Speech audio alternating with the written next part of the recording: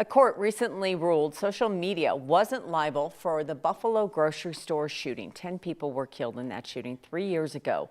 The lawsuit claimed social media sites like Reddit allowed the suspect to share increasingly extremist content, and that led to the attack. Our 9 News legal analyst, Whitney Traylor, joins us now as we talk about the outcome of this.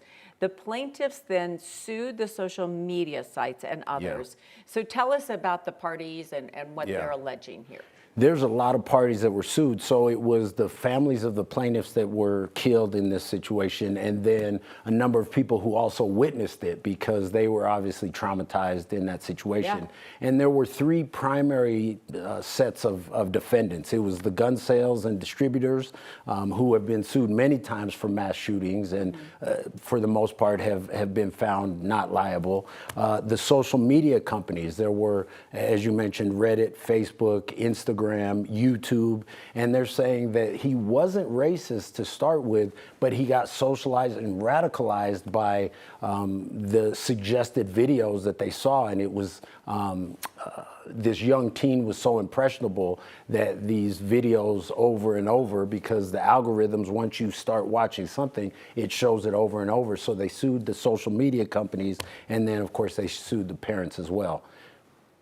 Why did the court, do you think, rule in favor of these social media companies if he, had this learned racism from their platforms? Well, in the lower court ruled that the case could go forward against them, and then it was the New York State Court of Appeals, and it was a split decision, 3-2, and they relied on Section 230 of the Communications Decency Act, and that is a very controversial section of the Communications Decency Act that was enacted in 1996. It's a federal statute, and it basically says that internet service providers are not liable for the content. So think about Craigslist Killer and things like that, where they said, hey, we just bring people to the format. We can't control what they do. And of course, there's been a lot of evolution since 1996 because so much misinformation is posted online. And then of course, hate type speech that has this influence, and especially on young people. So there's a push now for the legislature, for Congress,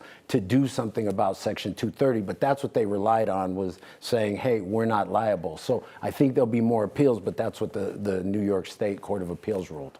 I mean, there are so many cases when you think about not only radicalizing somebody, but the way they're able to find out about illegal drugs and communicate. I mean, you would think some of these social media companies would be found liable for something. Well, that's exactly right. And what the social media companies are saying is that, hey, this was a horrible tragedy, but this was not foreseeable that he was going to see this. And one of the issues is related to, hey, is this misinformation? Is this inaccurate? And that's what the plaintiffs here are arguing, is that he was getting a lot of bad information and he was impressionable. And then, of course, we know the studies show, the psychology and the medical studies have come out that said, yes, this is addictive. That's why they're trying to put age limits on some of this. And so, especially for a young person like that, they're saying, yeah, this is addictive. You knew that this was going to happen when you're playing the same kind of videos over and over. And so the courts have essentially deferred and said, well, this is really an issue for Congress. Congress needs to make changes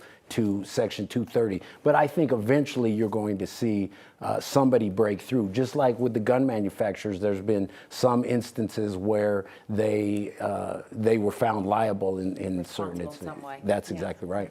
Quickly before you go, can you tell us what this means for the everyday consumer? Right. So this means you have to be vigilant. You have to be careful. I mean, recognizing that it is addictive. I mean, a lot of us wake up and the first thing we do is start scrolling, and we look up and it's an hour later. So I think that's certainly one issue to be aware of. And then you look at a headline sometime and go, is that true? It's terrible. Yeah. Right. It's like a rabbit hole every time you open the app. Those algorithms, they're good. I'm going to give it to them. Yeah, give the people what they want. I don't have TikTok, but you and I were talking, and you were saying TikTok is phenomenal in terms of its algorithm. And so that's going to be an issue. So I think the biggest thing is to be vigilant about that, and knowing that it is addictive and these algorithms work, and that you may not be able to hold them liable, and particularly with parents being aware of what their kids are doing. Whitney, all good things to think about, and for all of us to think as parents and ourselves, check ourselves. Yeah. Thank you, Whitney. All right, sure.